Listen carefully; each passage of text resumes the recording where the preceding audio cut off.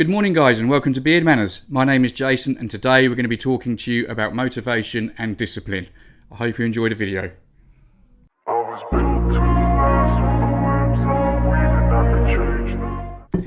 So, to get us started, let's talk a little bit about why I'm doing this video.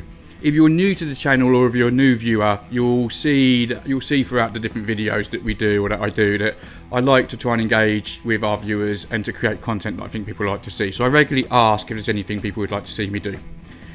I've always been a bit of an open book on all of my media profiles, so I think a lot of people that watch me or follow me know that I'm quite big on positivity and mental health. I've been through my own journey, I mention that quite a lot, and you know, it's a battle and a journey that I'm on all the time. What a lot of people don't often realise with a positive journey is it's not something that you get on board that train and then you're on it. You have to stay on.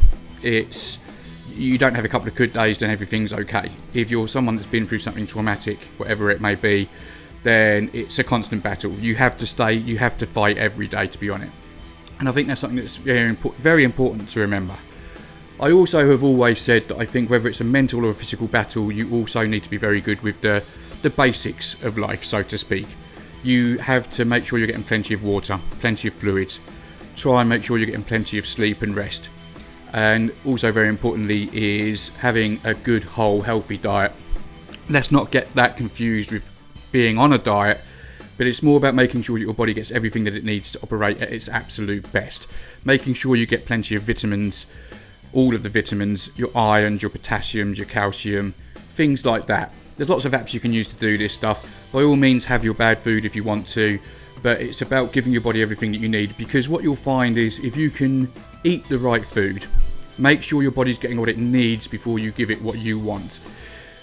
You know, the need is the priority there. Give your body what it needs to operate at its best, because if you can give yourself that for 3 to 5 days, you'll very quickly start to notice the difference in how you feel. If you can sustain it for a little bit longer, what you'll then find is that you suddenly start to have a clearer mindset, which often leads to slightly better sleep patterns.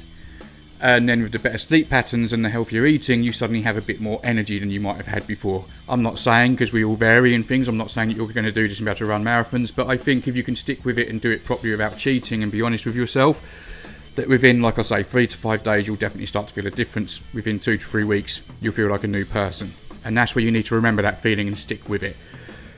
And that in itself, in a way, I suppose, is like motivation against discipline. The motivation is the why, the how, the why you want to do something, the starting off with these easy things, and the discipline is the then sticking at something or doing something to start with at all, and sticking with things. So, you know, let's start at the basics with my thoughts on motivation versus discipline. Firstly, with motivation, I used to love the word. I've fallen out of love with the word a little bit the last year or so. I think because the world's been through such a difficult time lately that it's a word that's been thrown around a lot. I think sometimes people use it a bit unfairly. I think some people use it because they think it's a bit of a cool word. It's the in word. And I also don't think it's as important as a word as discipline is. You know, motivation is the reasons to wanting to do something. And I'll give some examples. I'll give an example of this based on my life. About 4 or 5 years ago, I was suffering some not severe, but they could have got worse if I hadn't done anything about it, but health conditions. My blood pressure was all over the place. I was regularly having to wear blood pressure monitors for 24 hours solid. I couldn't take them off while I slept. I was going to school runs and going to shopping centres and supermarkets, and randomly in queues, you'd hear a beeping noise coming from my arm would start to puff up, and it was quite embarrassing for me. There's nothing wrong with this, people have health conditions, but this was, a bad lifestyle and bad choices were getting me into mine, and that's what I found a little bit embarrassing. On top of that, when I spoke to doctors and professionals, you know, I did need to do something about it, because I honestly had so much going on, like I say, cholesterol problems, liver problems, blood pressure problems. I was suffering with gout. I've already got an underactive thyroid, so, you know, my body doesn't operate great anyway, to be honest. But yeah, all these were little wake-up calls. It made me realise I had to do something, mainly for my kids and my wife, but also for myself. So I decided that I had to make change, because if I didn't, it was going to get worse. You know, I'd had enough of sitting in cold rooms, eating dinner, dripping with sweat because I was that unhealthy. So I made a conscious decision to do something about it. And that right there is your motivation. You know, my motivation was my children and my wife, and my want to improve myself and get better with it. I didn't want to make excuses. I knew that I could carry on eating the things that I wanted and drinking the things that I wanted, and, you know, getting older in life, I could just not do any exercise and I was going to get worse, but that's not what I wanted to do. So I grabbed the motivation to do something about it. Then comes discipline. Discipline is my favourite of the two words, because discipline is the doing word. Discipline is the stronger word. Discipline is putting actions into place. It's not just saying the words, it's doing things. It's doing things about it. And anyone that's followed me for a while would probably know realistically that I am a doer. And so again, an example of discipline. Again, I'm going to use myself just because it's an easier way of doing it. A few weeks ago, I got home from work. I'd had a bit of a stressful day. Nothing too bad, just I was a little bit stressed out. It was my turn to take over the kids. My wife works incredibly hard and has a demanding job as well, and is also doing a course at the moment as well for her company. So she's insanely busy, and we've also got a daughter who's a little over 1, who's a very clingy mummy's girl and doesn't really want anything daddy offers and needs mummy all the time. So, you know, I was trying to give my wife a bit of a break for her to do her stuff, which isn't easy. And that was fine, but by the time she finished, she came down, we had our chat, we asked each other how each other's days had been. It was about 9:15 at night, and I suddenly realised I hadn't done my workout. It wasn't like me, but it's just one of those days where my mind was all over the place. So I said to my wife, Cammy, right, I'm going to go and do my workout. And I think she looked at me a little bit shocked to say, but it's quite late. And I was like, no, it's fine, I'm still going to do it, because this is what I'm like. You'll find this with me is, you know, I don't want to make an excuse to do it, and I'd rather put myself through a difficult situation than put myself through days of regret and guilt of something that I didn't do. So bearing in mind, I mentioned that this was a couple of weeks ago. I mean, we're currently, this is now nearly the middle of February. You can probably tell by my accent that I'm from the UK. So it was insanely cold. It was in the minuses. It's about 9:30 at night at this point. It's probably about -6 to -8 degrees. My gym is in the garage. If you're not within the UK, you know, our garages are just a single course of brick. There's rarely insulation. My garage certainly doesn't have any insulation. There is absolutely no form of heating in there whatsoever. I have 2 strip lights. It's just bare. But that's how I like my workout. I like my workouts to be tough because, you know, I'm one of these guys that likes to do difficult things regularly in my life. I think they're good tests. I like to have not regular, but I like to occasionally get in a nice cold shower. Not all the time, just every now and again I'll just do it, just as a little bit of a test. I like my gym to be cold, rusty bars. Of course, I could join a gym where there's air conditioning and heating and everything is nice and new and soft and fluffy, but that's not me. I want to earn the dues that I've got to pay, if that makes sense. So I've gone into my ice cold gym with no heating at 9:30 at night, in the coldest part of the year in the UK, the coldest period we've had in a very long time. I switch my lights on, only one comes on. Of course, it's not the one above the exercise equipment. You start to get a picture of, in your mind, it's like everything's telling me not to do this now. I'm freezing cold, I'm starving hungry, I'm tired, I'm exhausted, I'm stressed, I can't see what I'm doing.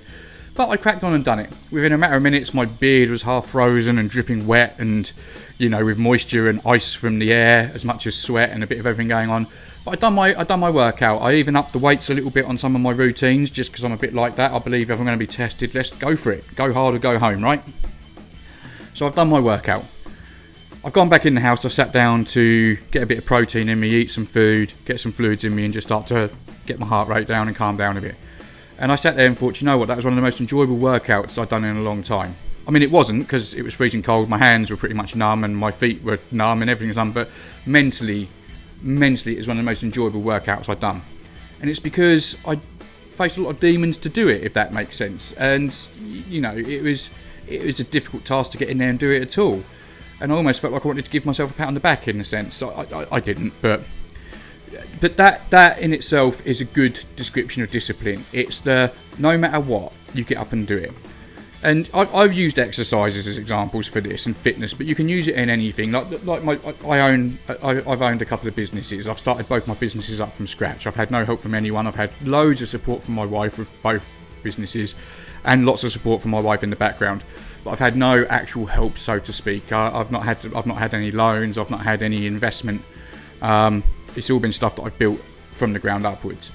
And you know, I like to think I'm a doer, and that's why I prefer the word discipline. When it comes to the two, I do prefer the word discipline. I think the most honest I can be is it is like diet versus exercise. Ideally, you want to have a good diet and exercise. Ideally, you want to have motivation and the ideas and the mindset to start these things, and you also want to have the discipline to be able to just get up and do them. And it's something else I've obviously mentioned briefly on the dietary side of things and on this, but something else I want to bring into play with these two, because I think it's quite relevant, is when it comes to discipline and motivation and diet and exercise, work, family, anything like that, is something it's a new thing I talk about quite a lot at the moment, but it's reasons versus excuses. And you know, what do I mean by that? And again, some examples of that. Excuses for me are something I struggle with quite a lot. I don't ever struggle with reasons. I think everyone's entitled to reasons. Excuses, I'm not going to judge someone on making excuses. I'm not that kind of a guy. If I invest my time in someone and I like someone, I look deeper than just little things like that. But if you know me well as a friend or as a family member, and you've ever been in a conversation with me where you've been giving me excuses, you might have noticed that I look away, I shut off, because I lose all interest in that conversation. I'm not going to try and talk someone out of their excuses. That's not my job to do. You know, like I say, I'm not a professional. I put my thoughts out to the world as to what I think people can do. They either listen or they don't. That's a choice. But excuses. So prime one I get is I do a lot of these types of videos, and I often get people who inbox me and ask for advice and tips and workout regimes and diet and stuff. And I hear this so often that, I haven't got time to do it. I can't do it because of this. I can't do it because of that. A lot of that is excuses. Time is a prime example. If you're able to sit and watch this video, if you're able to sit and watch any YouTube video, if you're able to watch EastEnders or Game of Thrones or Love Island or play the Xbox or play the PlayStation, then, you know, then you've got time. You just would rather spend the time doing those things than doing the things that you're trying to tell me you want to do.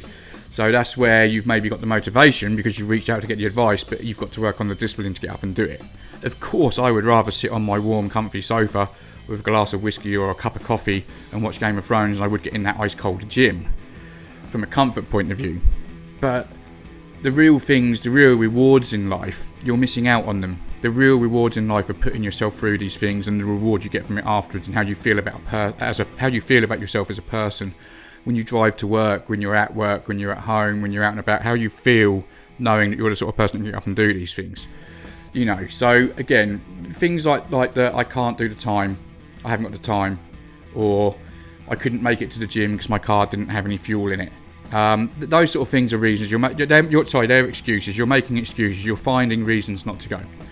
Something I like to point out to people quite regularly is that the average adult will stay awake for roughly 16 hours a day. It varies between people, obviously.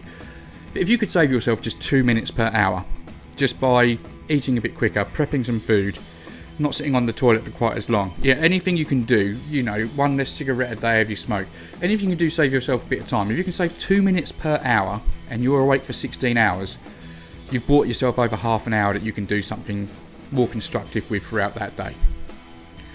Now, reasons, you know, reasons are valid. You know, what could be an excuse? What could be a reason? An example. So, I said an excuse is if you were going to go to the gym, you didn't have diesel. You could have gone and got the diesel. A reason is I went to go to the car to go to the gym and my car was stolen. Yeah, that's a good reason. You know, because you can't then. I mean, you could just say, okay, well, I'll deal with that later. I'll go to the gym. But you know, the sensible thing to do is to phone the police, check that everything is safe, lock everything down, phone your insurance company, and sort out your problems. You know, if you had an accident at work and broke your ankle, or if there's a family emergency, those things are reasons. They're genuine reasons. They're not excuses. And I think people often get confused with the two. So I think they're very important things to remember if you're going to go on this kind of a journey. But like I've said, guys, if you're going to do this, so you know, with my motivation, so to cap off with motivation versus discipline, if you're going to go down this path and you want to learn either of the two, more importantly, both of the two, you have to set those foundations right. Don't start to improve yourself tomorrow, next month, next year. Start now. Start the minute this video stops. You know, start this fight straight away. Eat well, eat healthy. Drink plenty of water. Try and get better sleep. Stay motivated that way. Once you're motivated and you're doing these other things and you've got the energy and you've got the fight, is where your discipline's going to come in, and then you're going to start putting your wishes and your wants into action. When you start to do these things is when you're going to start feeling better about yourself, because you're actively doing something about it. So I suppose in a nutshell, I tend to waffle on and go on tangents and repeat myself a lot in videos. You either love it or hate it, I guess. But yeah, that is what my opinions are on motivation versus discipline. I think there's room for both. If I could only have one, it would be discipline. I think I am quite disciplined, but you know, I also think I'm motivated as well. But there you go. Anyway, guys, I hope you liked the video. As always, please subscribe, please like, because it all helps. If there are any suggestions any of you guys have got for future content, as always, let me know. I know this has been a bit of a long spell for me between videos this time. We've had a lot going on at home. I'm hoping to be back on it again soon. I apologise for the wait. But again, ping some things over. Hopefully the next one will be a bit more personal about myself and things I like. I'm quite clearly wearing a t-shirt that says Cigars and Whiskey Way of Life. That's a big hint as to things I like to do personally. Anyway, guys, hope you enjoyed the video. Stay safe, stay bearded, and I'll catch you all at the next one.